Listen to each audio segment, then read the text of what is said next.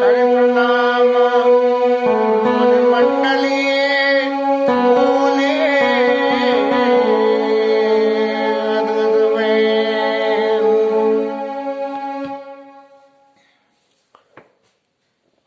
भरद्वाज ऋषि ने भरत जी के प्रेम की परिभाषा के लिए जो भरत जी के चरित्र को उजागर किया, ये भरत जी के चरित्र को उजागर करना क्या भरत जी की स्तुति में शामिल था, या भगवान राम के प्रति भरत जी के स्नेह को उजागर करने के लिए किया था? ये दोनों बातें लागू नहीं होती हैं, बल्कि तीसरी बात लागू होती है कि राम भगत रस सिद्ध हित और या भा यह समय गणेश, तुम का भरत कलंक यह हमें तुम्हें उपदेश, और राम भगत रस सिद्ध हित भा यह समूह गणेश। मने भगवान राम की भक्त रूपी रस को कैसे पाया जाए, इस भगवान की भक्ति रूपी रस को पाने के लिए ये जो है स्वरूपसर हमारे सबके सामने आया, और जिसमें आप उसमें कारण बन गए। तुम का कलंक, तुम्हारे लिए तो लौकिक रूप से कलंक हो गया, लेकिन लौकिक रूप से इस कलंक को यदि मिटाना हो तो राम भक्ति रूपी रस, उस रस को सिद्ध करने के लिए क्या रास्ता होती है ये तुमने दिखा दिया है। किसी मरीज को ज्यादा जल्दी अच्छा करना हो तो उसे जो है इंजेक्शन के माध्यम से इंटरवीनस दवा दी जाती है कि जल्दी असर हो जाए, और यदि किसी को ज्यादा सारे फल खिलाने हैं और न खाना संभव नहीं है तो उसका रस पिला दिया जाता है। तो ये जो राम भक्ति रूपी रस है, ये इंजेक्शन और फलों के रस जैसी स्थिति है कि इनके सेवन करने से राम भक्ति रूपी रस बहुत जल्दी प्राप्ति हो जाता है। और उनकी ऐसी सब बातों को सुन के और भरत जी के मन में जो भावना पैदा हुई, उन सब भावनाओं का अर्थ भरत जी अपनी विचार से अपने विचार से अपने मत को किस तरह से भरद्वाज जी के सामने रखते हैं, इस बात की व्याख्या आज की कथा में आगे चलनी है। मुनि समाज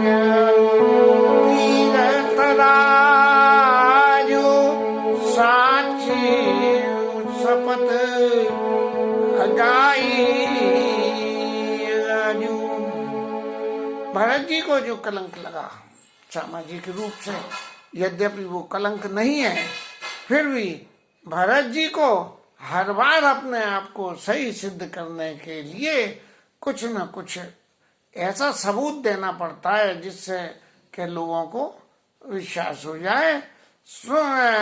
मुनि समाज और तीर्थ राज, ये मुनियों का समाज है और तीर्थ राज में बैठा हुआ हूँ, और साँच और शपथ गाई खाजू, यदि मैं कुछ भी साँची और शपथ में सच्ची शपथ करके कहता हूँ कि ये जो सब कुछ काम हुआ है, ए थल जो कछु कहब बनाई, ते सम अधिक न अध अग अध माई।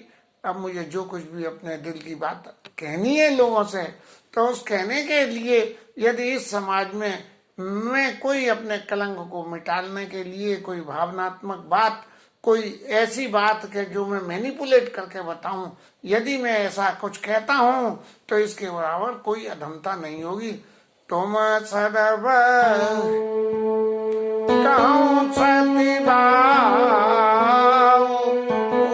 अंतर यामी रघुराऊ। भगवान राम मेरे अंतर की सभी बातों को जानते हैं और आप तो सब कुछ ही जानते हो, भूत भविष्य वर्तमान। तो मैं सत्य भाव से कहता हूँ, क्या कहता हूँ? बोले मोही न मातु कर तब कर सोचू, नहीं दुख जगा जिया जानी पोछू। माने जो कुछ करा, वो जैसे भी करा वो जाने, उसका काम था, उसने करा, उसका फल वो भोगते हैं। और मुझे इस बात का भी बिल्कुल चित्त में क्षोभ नहीं है कि लोग मुझे यूँ कहेंगे कि ये आदमी खोटा है, खराब है, या इसकी वजह से सबरा ये नाटक हुआ है। नाई न डरा बिगलई पर लोकू, और पितु ही मरण कर नाही न सोचू। अब कोई कह दे कि भैया इन्हें पिताजी की मृत्यु का बहुत दुख है, बोले वो भी नहीं है मुझे। क्यों नहीं है? और कोई ये हो कि भैया ये इतना गलत काम करा है, इस गलत काम के फल में तुमको जो है नरक जाना पड़ेगा या ये करना पड़ेगा, मुझे उसका भी कोई सोच नहीं है। अब क्यों नहीं है सोच? सोच इसलिए नहीं है कि सुखत सुयन बड़ी सुयस सुहाए, लक्ष्मण राम चरण, लक्ष्मण राम सरिस सुत पाए। मेरे पिताजी ने तो जीवन में जो भी पुण्य करे, उन पुण्यों के फलस्वरूप क्या पाया कि लक्ष्मण जी और राम जी के समान उनमें पुत्र मिल गए।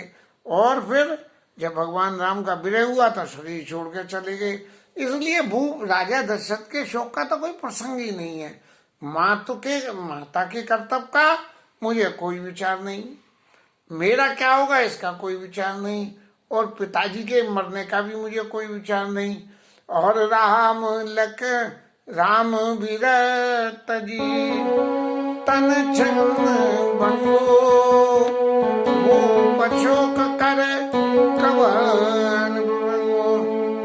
राम लखन सिया बिनु पग पनाई, राम लखन सिया बिनु पग पनाई। करी मोनि बेश फिरई बन बनई, करी मोनि बेश फिरई बन बनई। लेकिन राम जी और सीता जी जो मुनियों का वेश बना के और वन वन में बिना जूतों के, बिना पैरों में कुछ पहने हुए चल रहे हैं, इसके लिए अजिन असन फल, अजिन बसन फल असन नए, दास मृदुल दासी दासी मृदु दा, अजिन असन बसन फल असन मही।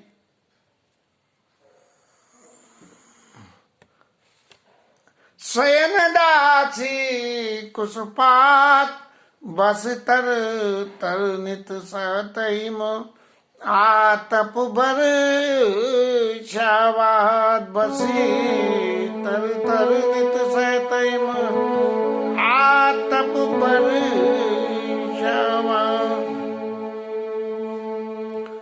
मुझे तो चित्त में बस एक ही है कि वन में रह के जो भी कुछ जिस स्वरूप से भगवान रहते हैं और जो खाते हैं, करते हैं और डोलते फुरते हैं और सब तरह की तकलीफों को सह रहे हैं, इस सारी तकलीफ को देख के क्या यही दुख दाह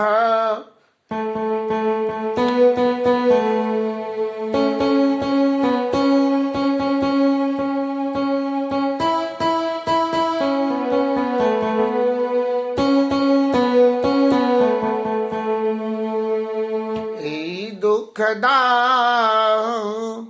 दही नीति छाती, भूख न बासर नींद न गाती। मेरे को तो सिर्फ एक ही तकलीफ है कि इन सब बातों को देखे हुए कि राम जी वन में तकलीफ पा रहे हैं, सबसे ज्यादा मुझे उसी का अफसोस है। और उसी की वजह से मेरे को न रात को नींद आती है और न भूख लगती है।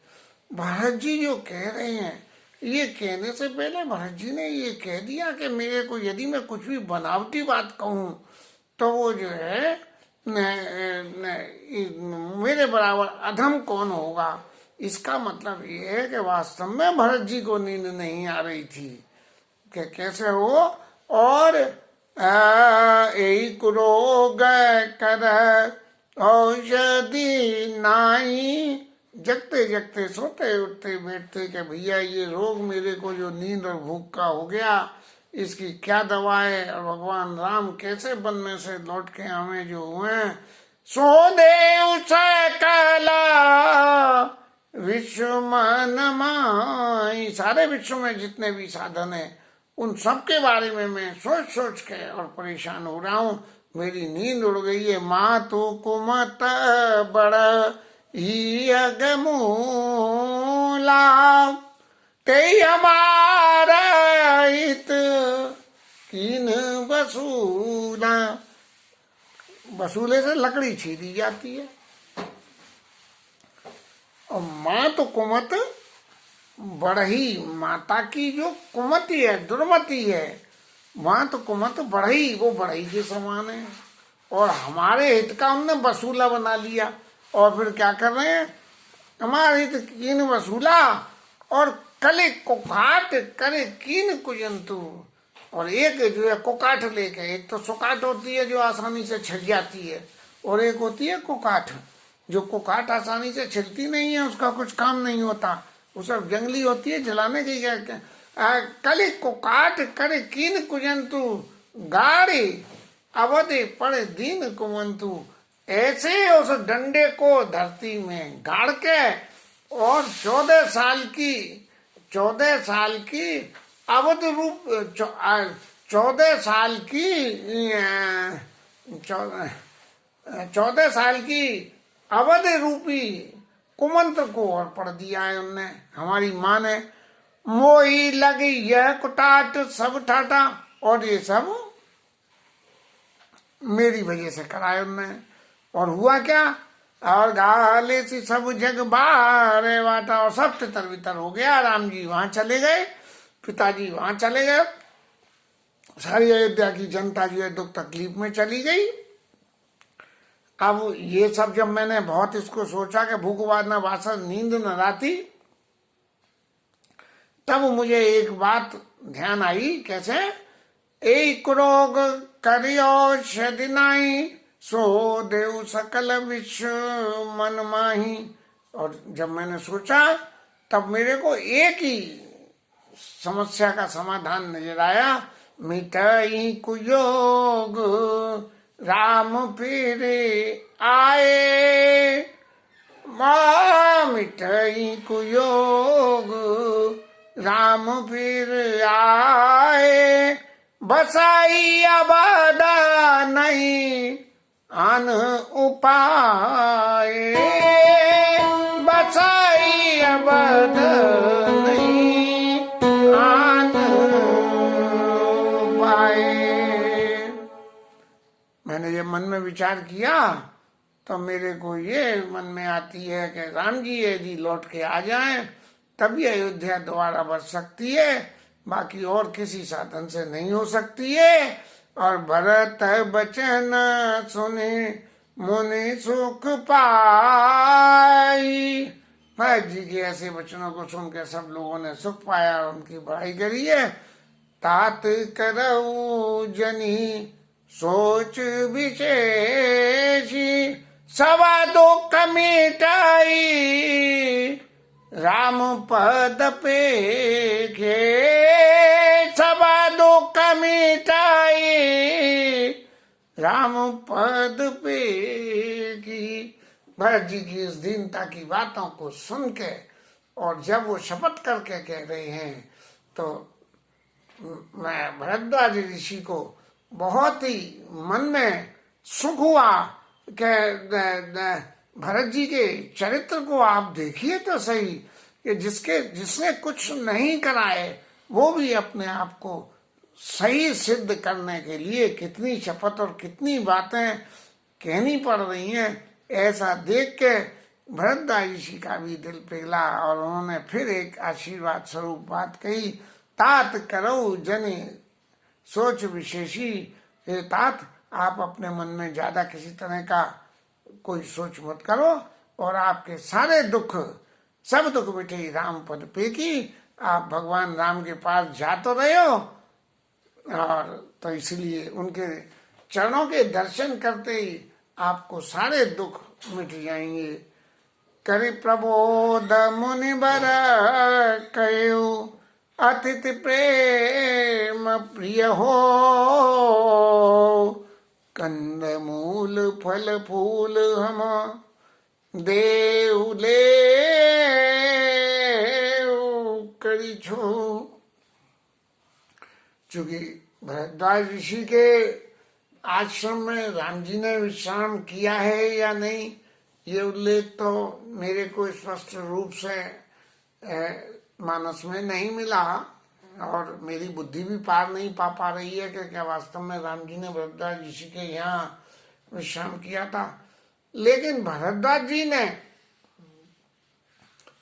भरत जी की इतने गुणों की चर्चा और इतनी सब आपस में संवाद होने के बाद भरत जी को एक ये मौका और दिया कि वो आज यहाँ विश्राम करें, जिससे यदि उनकी भावना में कोई भी बात हो, विपरीतता हो या कोई ऐसी बात हो या कोई उनके गुण की और नई बात हो, तो हम स्पष्ट रूप से उसको देख सकें और समझ सकें।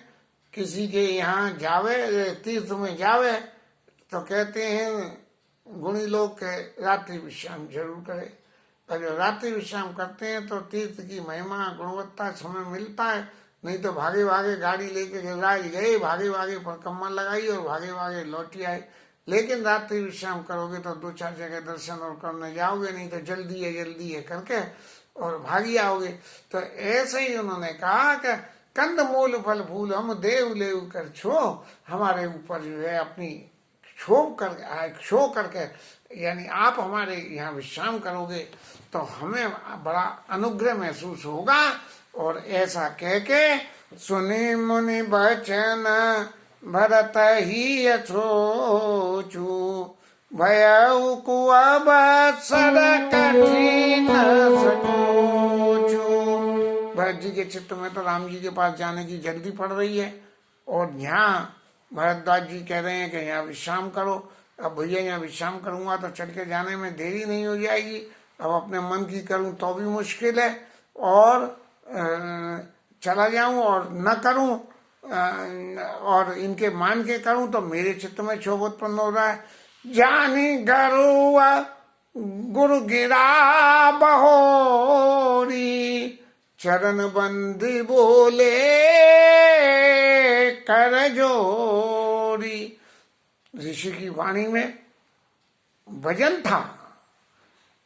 भजन कैसा था कि भरत जी के चित्त में निश्चित रूप से ये आ गई कि इनके संग रह के भगवान राम की लीलाओं के विषय में कुछ न कुछ तो सुनने को और नया मिलेगा। जान गरुई गुर गिरा बहोरी, चरण बंदी बोले कर जोरी। उनके चरणों में वंदना करके बोले और सिरधर आयश करिय तुम्हारा, परम धर्म नाथ हमारा। आप तो कहते हो कि हमारे ऊपर अनुग्रह करो, और हम क्या कहते हैं कि हमारा ये धर्म है कि हम आपकी आज्ञा का पालन करें। और शिरोधार्य करके, शिरोधार्य करने से मतलब यही है कि आपने जो कह दी उस बात को उसी मूल रूप में स्वीकार करें। भरत बचन मुनिवर मन भाए। और ऋषि महाराज को मन में वचन समझ में आ गए कि देखो भरत जी ने यहाँ भी अपने स्नेह में, अपने प्रेम में, अपनी मर्यादा में कोई भी बात ऐसी नहीं कही है। इसका मतलब इनका मन अत्यंत शुद्ध है और शुच सेवक सब निकट बुलाए, सब लोगों को बुला के कहा कि आज रात्रि को यहीं विश्राम होगा, और यहाँ इसलिए यहाँ पे विश्राम का इंतजाम करो, सब लोगों के सारे सामान को उनके ठिकाने पे जमा करो कहीं ना कहीं।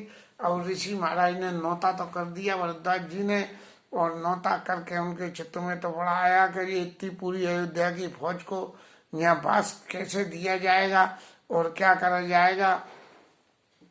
ये मन में सोचते ही सोचते भरद्वाज जी सिद्ध ऋषि थे, तो उन्होंने रिद्धि और सिद्धि को बुलाया और उनको बुला के ये कहा कि ये भगवान राम के छोटे भाई हैं, अतुलित अतिथ राम लघु भाई, ये अतुलित हैं। कैसे अतुलित है कि इनकी सेवा करने से भगवान की राम की सेवा करने का सुख मिलेगा, इसलिए आप सब लोग इनकी जाके जो है राम विरह व्याकुल भरत, भगवान राम के विरह में व्याकुल, सानुज सहित समाज और पौनाई कर हरऊ सम, कहा मुदित मुनि राय, और हंसते हुए कहा कि उनकी करो पौनाई करो। अब भैया मेहमान की पौनाई में तो सब कुछ सुख साधन करा जाता है, और मानस ये कहती है कि भरद्वाज जी ने रिद्धि सिद्धि की से इतने सुख साधन जमा कर दिए कि इतने साधन जमा कर दिए जो देवताओं के लिए भी सुलभ नहीं थे। इतने भौतिक सुखों की रचना रिद्धि सिद्धि ने रचना कर दी। काय परस्पर श्री समुदायी अतुलित अतिथि राम लघु भाई, राम जी के छोटे भाई अतुलित हैं। अतुलित माने इनकी तुलना किसी से नहीं करी जा सकती। राम जी के परम भक्त हैं, और मुनि पद बंद करिए सोई आजू होई सुखी सब राज समाजू। ऐसा जो है मुनि की चरणों की, भरद्वाज ऋषि के चरणों की वंदना करके ही हमें करना चाहिए, क्योंकि हम तो भौतिक सुख का सृजन करने वाले हैं। लेकिन भौतिक सुख के सृजन करने में यदि किसी मनीषी या तपस्वी व्यक्ति का संग हो जाए तो उसमें विशुद्ध भौतिक नहीं रहता है, आदि भौतिक भी, आदि दैविक आदि भौतिक दोनों ही बातें उसमें आ जाती हैं।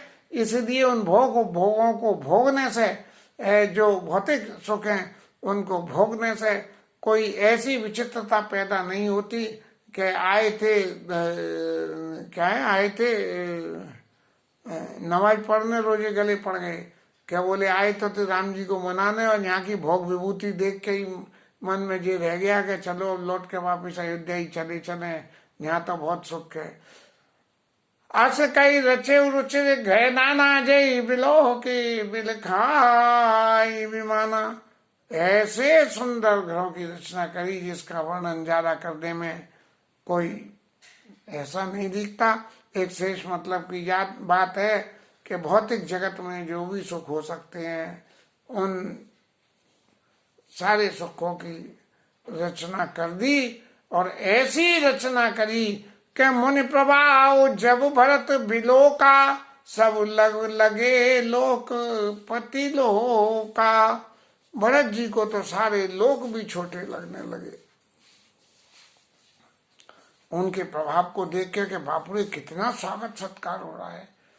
अब ये भरद्वाज ऋषि ने ऐसा क्यों किया? सवाल ये है कि भाई वनवास में रहते थे तो वन में रह के, वन में कुटी में आप जिसके यहाँ जाओगे उसके यहाँ जो सुविधा होगी उन सारी सुविधाओं को दो। ये थोड़ी है कि दूसरे से मांग के ला के सुविधाएं दो। इन्होंने तो रिद्धि सिद्धि से मंगा ली। उसके भी एक कारण है, भरद्वाज ऋषि भरत जी को ये समझाना चाहते थे कि तप के प्रभाव से, साधन के प्रभाव से, ठाकुर जी के भजन के, भगवान के भजन के प्रभाव से क्या क्या चीज प्राप्त करी जा सकती हैं, ये मैं आपको प्रत्यक्ष रूप से दर्शन करा रहा हूँ। और ये सब चीजें राज्य सुख में भी नहीं मिलेंगी, इसलिए आप तप के प्रभाव को ही जीवन में स्वीकार करें। सुख समाज नहीं जाई बखाना, बखानी देखत बिरत विसार ज्ञानी। ऐसा सुख पैदा कर दिया कि ज्ञानी लोग भी कहें कि हम तो वैराग्य छोड़ के जाएं। अरे क्या रखा है इसने, इन्हीं देख मम मन अनुरागा, बरवस ब्रह्म सुख ही मन त्यागा। राजा जनक ने राम जी लक्ष्मण जी को दर्शन करे हैं, तो वो दर्शन करके कह रहे हैं कि मेरा मन तो इनको देख के ऐसे अनुराग में फंस गया है कि अब ये ब्रह्म सुख है वो तो छोड़ो, ये भौतिक जगत के सुख का सामने जो सुंदरता ठाकुर जी की दिख रही है, इसी का ही आराधन करो। ऐसे ही लोगों ने जो भौतिक सुख साधन देखे, उन भौतिक सुख साधन को देख के और उनकी भी जो है मति पलट गई।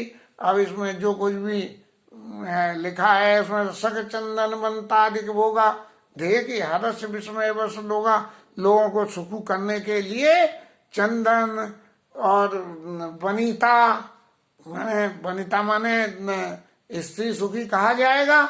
वनित सख चंदन वनिता अधिक भोगा और भोग विलास इतने देह की हर्ष विस्मय बस लोगा। लोग वाक्य वारे वाह मुनि महाराज तुम्हारे पास तो बहुत सारा सामान है कि देखने को तो मुनि बनते रहते हो, लेकिन ऐसे सुखों का उपभोग आप करते हो क्या?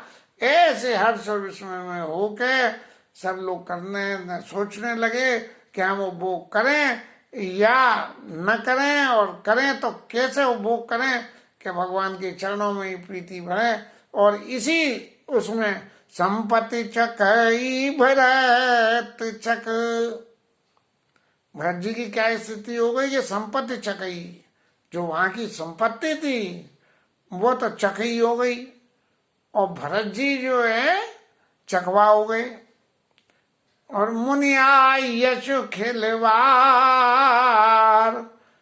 और भरद्वाज ऋषि की जो आज्ञा थी वो एक खेल के समान हो गई। कैसे कि चकवा चकवी वो रात को तो मिलते नहीं है, दिन में मिलते हैं, और ये रात के समय में जो है संपत्ति चकई उनकी वो तो चकवी हो गई और भरत जी चकवा हो गए। और उनकी ऋषि की आज्ञा जो थी कि आप यहाँ विश्राम करो, ये एक ऐसा खेल हो गया। ते निसे आश्रम पिंजरा राखे विनुसार, और उस रात को भरत जी को और संपत्ति के भोग को जो विस्मयता भौतिकता की विस्मयता जो भरत जी को दिखी तो उनकी बिल्कुल ऐसी हो गई कि एक पिंजड़े में रात को चकवा और चकवी को बंद कर दो तो भी वो एक दूसरे से नहीं मिलते हैं। ऐसे ही जितने संपत्ति के भोग रिद्धि सिद्धि ने भरत जी के लिए दिए, भरत जी ने वो भोग करना तो दूर किसी की तरफ देखा नहीं।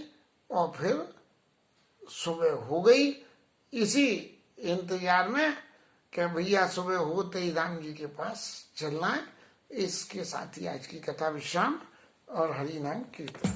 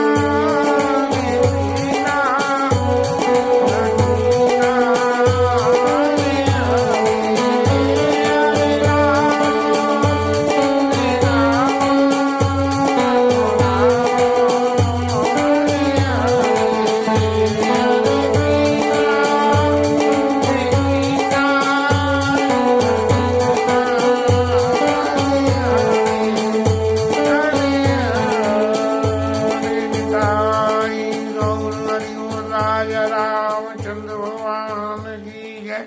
पवन सुत हनुमान की जय। महामती महादेव की जय। श्री लाज धरण की जय।